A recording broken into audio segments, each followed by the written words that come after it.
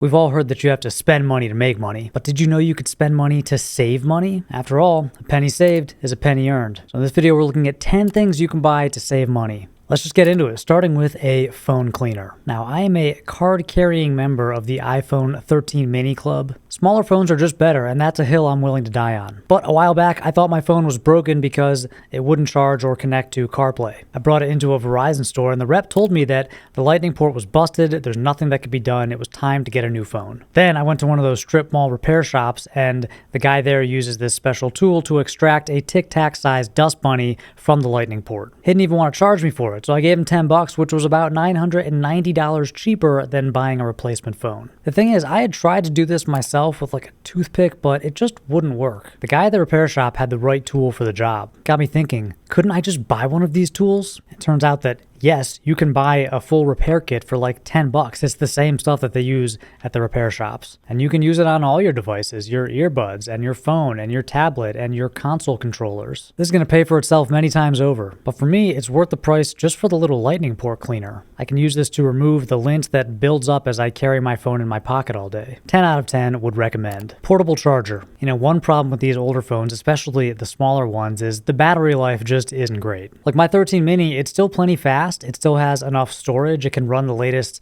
operating system and any apps, but the battery dies pretty quickly, especially compared to the new flagship phones. The solution, instead of buying a whole new phone, is just to use a charger. I don't use this every day, but it's crucial when I'm using my phone heavily, like during travel. You know, if I'm using GPS and Audible and Uber all day, my phone's battery simply will not last 10 or 12 hours. This Juicebox portable charger is nice because it's pretty low profile. Like, it doesn't really add a ton of bulk to my phone. I can still comfortably keep it in my pocket. It's wireless, so no cords or dongles, and it has enough power to keep my phone going during a full day of heavy use. A good magnetic charger will run you about $40, which is much cheaper than getting a battery replaced or buying a new phone. Laundry rack. Sticking with the idea of expanding the lifespan of your things, most clothes will last longer if you don't put them in the drying machine. Even if you use the gentle cycle or low heat, machine drying is just rough on fabric. You know that lint filter on your dryer, that thing that you're supposed to clean out every few weeks? Yeah, what do you think the lint is? It's just small pieces of fabric from your clothes. The dryer is literally disintegrating your clothing one fiber at a time. And of course, some materials can change and warp in the dryer. Fabrics like rayon and linen and wool are notoriously prone to shrinkage. Rayon shrinks? Yeah.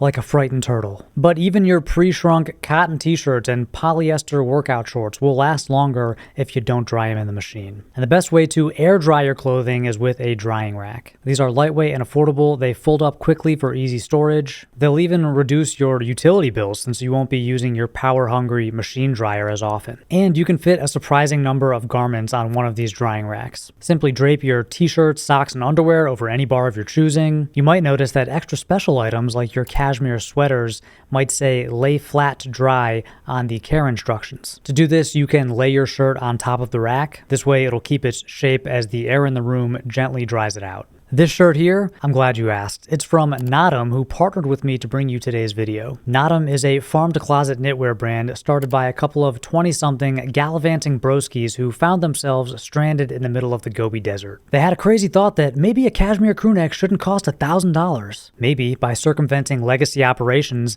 Mongolian goat herders could get paid more, and us customers could experience luxurious knitwear for less. Well, it worked. NAADAM has become known as the best place to buy fairly priced, luxurious knitwear. I tried a bunch of stuff from them and I was so pleasantly surprised on how everything fit and felt on me. I'll show it to you right now. The original cashmere sweater in size small here is a mid-weight 100% cashmere crewneck sweater for under $100. The fit is comfy and modern. If you only own one cashmere sweater, this should be the one. The tee in size extra small is a thicker 100% organic cotton crewneck tee. It's cut straight for a more relaxed fit. This is perfect for wearing with casual shorts and sneakers. This lightweight cashmere short sleeve polo, size extra small, is crazy soft. It's a lightweight knit polo with a buttonless neck and ribbed edges. This is proof that cashmere is not just for fall and winter. I'm wearing it here with light linen shorts for a casual, sort of stealth wealth kind of look, but this polo would work well with chino shorts, light wash jeans, or even trousers. Signature cashmere long sleeve polo with a contrast collar, size extra small, 100% cashmere long sleeve polo with a bold contrast collar. This is kind of like an elevated rugby shirt. I love long sleeve polos, and this one is right at home with a pair of chinos and leather sneakers. Fancy cashmere zip up. up in size extra small. This ultra lightweight cashmere sweater with a stand-up collar has a double zip front. I love standing collars, and I firmly believe that every zipper should be a double zipper. This sweater would be perfect for a cold movie theater or an airplane ride. I anticipate this piece getting a lot of wear. Lightweight cashmere contrast trim crew neck, size extra small. Here's another one that's well suited to warmer seasons. I love wearing long sleeves with shorts. There's just something about this look. The brick red sweater looks sharp with these cream colored linen shorts. This fit just makes me feel like a guy who's always well dressed but doesn't seem to try very hard. That's the exact vibe I'm going for, and NAADAM's aesthetic and fit make it easy to achieve. Signature cashmere color blocked quarter zip, size extra small. I love me a cozy quarter zip, and this might be the coziest one I've ever tried on. The off-white collar lining gives it a little extra character. To me, this feels preppy in the best possible way. Last up, cotton cashmere ankle trouser in size extra small. I'm pretty sure these are the most comfortable pants I've ever worn. They're like elevated sweatpants. Crazy soft with a tailored look and belt loops, so you could totally wear them out of the house. They'd be perfect for a long haul flight or a red eye. The bottom line is these are luxurious but fairly priced pieces that fit right in with my casual, uncomplicated, comfort-focused sense of style. I don't think you can find better quality at this price. If you want to try an NAADAM for yourself, go to naadam.co/Brock and use the code BROCK20 for 20% off orders over $85. This is valid till the end of the month, so don't sleep on it. Again, that's naadam.co/Brock and use the code BROCK20 for your discount. Okay, back to the video. Glasses repair kit. Sticking with this theme of extending the lifespan of the things that you've already paid for, everyone should have a glasses repair kit. Even if you don't wear prescription glasses, you can use these on your sunglasses. For less than $10, you can get a kit that includes precision screwdrivers and tweezers, replacement screws, and nose pads. Most kits even have magnetic screws, which are often an upgrade, especially for cheaper eyewear. I've had arms fall off my old glasses. I've had nose pads wear out. When this happens, I usually can't find the little screws because they're so tiny. And I've saved hundreds of dollars on new eyewear, especially since my prescription really hasn't changed much the last 10 years. You can also use these little screwdrivers and tweezers for changing out or resizing your watch straps. Seriously, this is a no-brainer purchase. Link below. Rechargeable batteries. I know that we're nearing the end of the non-rechargeable battery era. The AAA and AA batteries you buy in multi-packs from Duracell and Energizer. I grew up with this kind of battery. Back in my day, electronic devices didn't come with built-in lithium-ion batteries that could be recharged just by plugging them into a USB port. You would use your batteries until they died, and then you would just throw them away and replace them with new ones. If your battery stash was depleted, you were out of luck. No more Pokemon until your mom re-upped at CVS. I miss Game Boy. Anyway, I still find myself occasionally needing AA and AAA batteries, mostly for things like certain camera gear and, let's be honest, kids' toys. I've had this little 4-slot AA battery charger from Radio Shack, that's how old it is, and I've charged the same batteries over and over again. A 4-pack of AA batteries will cost you at least $5, so you're saving $5 every time you recharge. Plus, you just don't need to make an extra trip to the store. I know this type of battery will be obsolete in 20 years, give or take a decade, but until then, I recommend the rechargeable variety. P-traps. Buying a house sounds so adult until you realize that now your weekends are just going to be spent fixing things that you didn't break. And among all the issues that you'll eventually face as a homeowner, plumbing problems are some of the worst. Why? Because if you don't fix them quickly, you're going to end up with even worse problems due to the water damage. Also, when your sink or toilet is damaged, you can't use it until it's fixed. So plumbing issues tend to be urgent. And that's why plumbers charge so much. For emergency service, you might pay $200 or $300 an hour. I'm not saying they're not worth it, but if you can do some basic troubleshooting and repairs yourself, you're going to save a lot of money. One easy plumbing task that anybody can do is replacing your P-trap. The P-trap is a curved section of pipe under your sink that holds a small amount of water all the time. That water stops foul-smelling sewer gas from coming up your pipes and into your kitchen or your bathroom. It can also stop a small object like a wedding band from going all the way down the drain. The P-trap is just one of many unsung plumbing heroes of our modern age. But they do get clogged and dirty, and sometimes they break. This can lead to bad smells, or even worse, leaking, which can be a huge problem if it goes unchecked. Luckily, you can clean your P-trap very easily, or even replace it for like $10 using tools that you probably already own. I'm not exactly a handyman, much to my wife's disappointment, but this is one household task that I can handle. So if you do have a leak or a bad smell coming from one of your drains, I recommend checking the P-trap before you call a plumber, and you can get a replacement from any hardware store for just a few dollars. Water bottle. I almost didn't include this because it seems like everybody's carrying around a reusable water bottle these days. But then I saw this statistic that in 2024, the bottled water market size was $47 billion, and it's growing. And that's just in the US, where most of us have safe-to-drink tap water. So apparently, many people are still using disposable bottles to store and carry their water. Let's say you drank one bottle of water a day. On the low end, like if you're buying huge multi-packs from Costco, you're still spending about $200 a year on bottled water, and you're throwing away 365 single-use plastic bottles. If you're drinking fancy water every day, you could be spending upwards of $1,000 a year on water. But a really nice reusable bottle like this one that will last for many, many years, maybe even decades, will only run you $20 or $30. Seems like a no-brainer.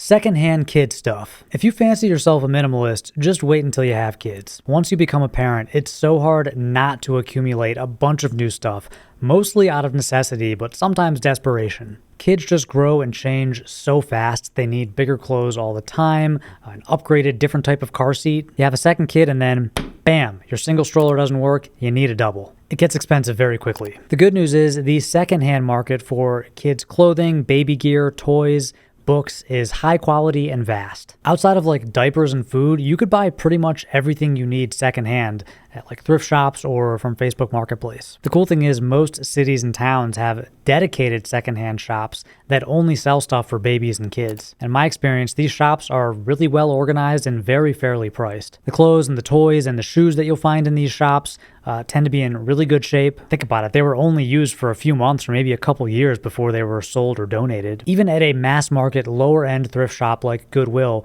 you could buy an entire wardrobe for a baby or any age kid for a fraction of what you'd spend at Target. So before you go buy that expensive jogging stroller or that electric baby swing that you're not even sure is going to work, trust me, check the secondhand market first. Or just get a vasectomy. You know, it's going to run you like $1,000, maybe less if you have good insurance. Raising a child to age 18 costs on average $300,000. The average American family has 2 kids. That's like $600K minimum. You know, doing a little back of the napkin math, if you get a vasectomy, you'll save about $599,000. Kind of seems like a no-brainer. Just kidding, kids are great.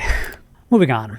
Electric vehicle. Okay, this is a big ticket item. It's not realistic for everybody. Despite the recent surge in EV popularity, the still limited range, and the lack of charging infrastructure, at least here in the US, makes battery-powered vehicles impractical for a lot of people. I never planned on buying an EV for myself, but we needed a second car, and the house that we had bought happened to have paid-off solar panels. And since this second car would only be used for short trips, like driving to my office or going to the gym or grocery store, an EV could work. I somewhat randomly found a top-trim Kia Niro EV with hardly any miles on it at a local Volvo dealership. And at that time, just finding a car that you could buy, especially a used one, was kind of tough. This one was available, it was relatively affordable, so I bought it. It's big enough for 2 rear-facing car seats in the back and a bulky jogging stroller in the trunk. It even has some bells and whistles like ventilated front seats, which is pretty nice where I live. It has a sunroof and a surprisingly great sound system. It also has incredible pickup. Like, this thing accelerates almost too fast, like it's a little too easy to spin the wheels. Now, I don't really care too much about horsepower or speed. I don't even know what torque is, but this is a very quick little car and it does make getting around town kind of fun. I can't say I'm wowed by Kia's fit and finish, which